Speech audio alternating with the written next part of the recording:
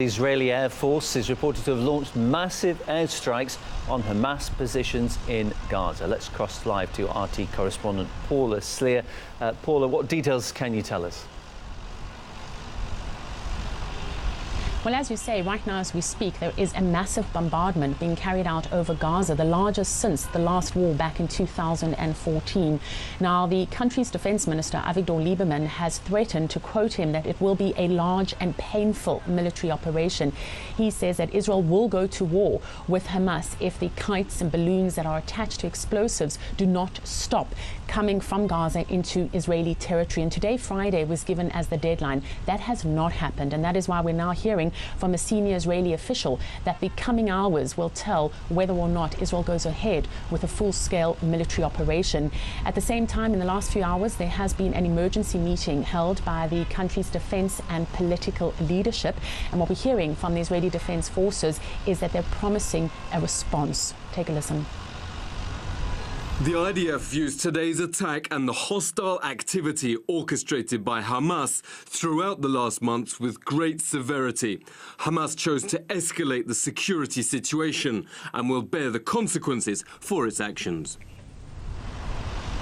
Now, residents who live in Israel along the Gaza border have been ordered to stay near bomb shelters. At the same time, we know that Hamas is evacuating army commandos and ports under the understanding that there could be an Israeli attack that will intensify in the coming hours. Now, this is not something new. Already earlier this week, Israel did launch an attack against Gaza, and we have heard the country's Prime Minister Netanyahu promising that he would strike back.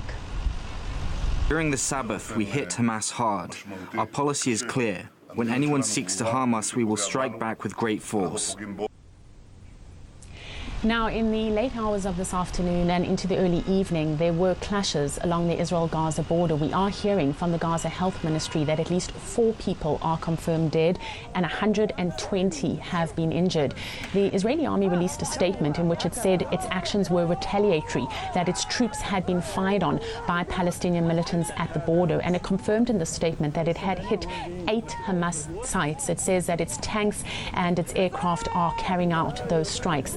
At the same time, the IDF has been accused of excessive force. We are hearing some reports that it has used live ammunition in several cases. Now, the protests along the border have been happening for the better part of 4 months, and this flare-up comes 4 years after the last Gaza war that was known as Operation Protective Edge. That was a war that lasted 7 weeks. There were thousands of people who were killed, and certainly the sense on the ground and the concern on the ground as tensions escalate between the sides is that we might be witnessing another war unfolding in the coming hours. Many thanks. Our correspondent in Israel there, Paula Sleer, with the very latest information for us. Thank you. OK, let's speak to a guest now. Yoni Ben Menachem, an Israeli journalist, General Director and Chief Editor of Israel Radio KOL Israel. Thanks for coming in. First of all, your reaction to these airstrikes. Do you feel that these are justified or not?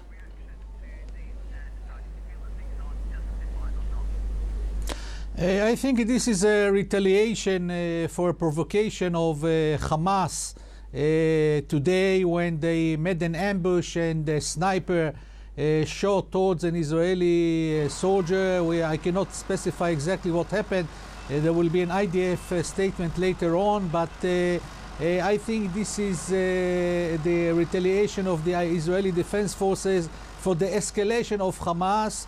And I think this is a very dangerous game, and they are trying to drag Israel into another round of violence.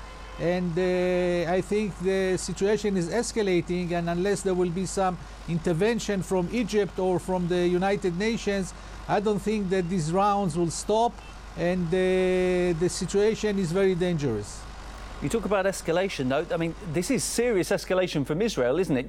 The claims of sniper fire at their IDF Defence Force members. Now we're talking about them retaliating with airstrikes.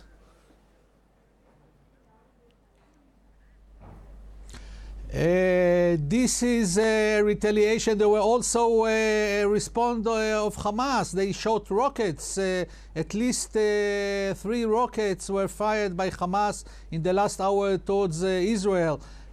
So it's not just that Israel is attacking. The Hamas is using violence on the border by attacking the IDF soldier on the other side of the border, not in Gaza itself.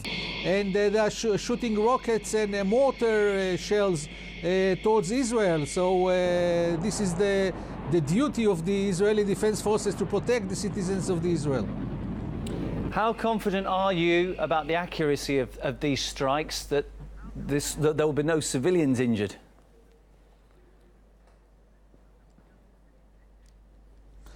I think that Hamas expected these air attacks. These are only attacks on the military facilities, the military infrastructure of Hamas and other organizations in Gaza. It's not on civilian targets, it's only on the military facilities, and Hamas evacuated all these facilities early this afternoon, so they anticipated it, and I don't think there will be civilian casualties. How do you think this will be viewed globally? As you said, it is an escalation. What do you think the international response will be to this?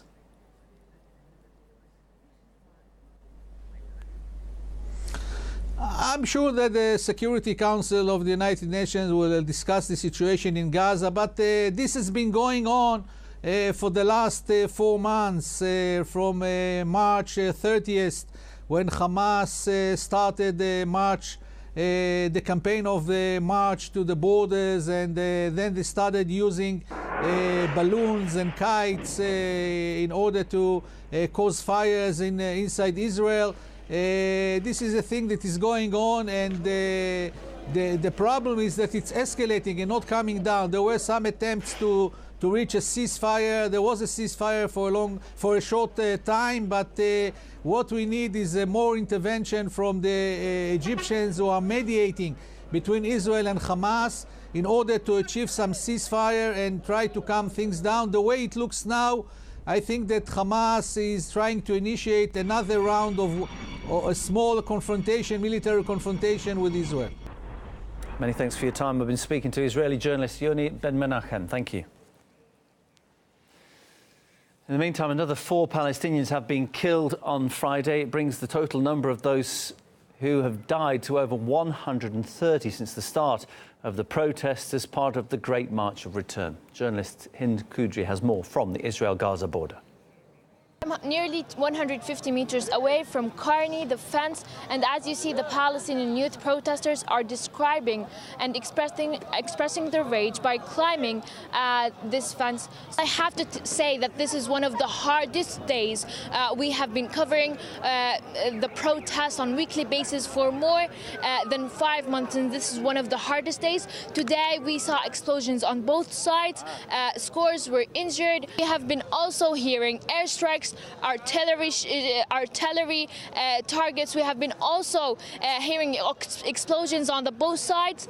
Today is a very, very hard day. It's very dangerous, and it was one of the toughest days we have ever witnessed, by live ammunition, tear gas, airstrikes, and a lot of more weapons the Israelis have been using against the Palestinians.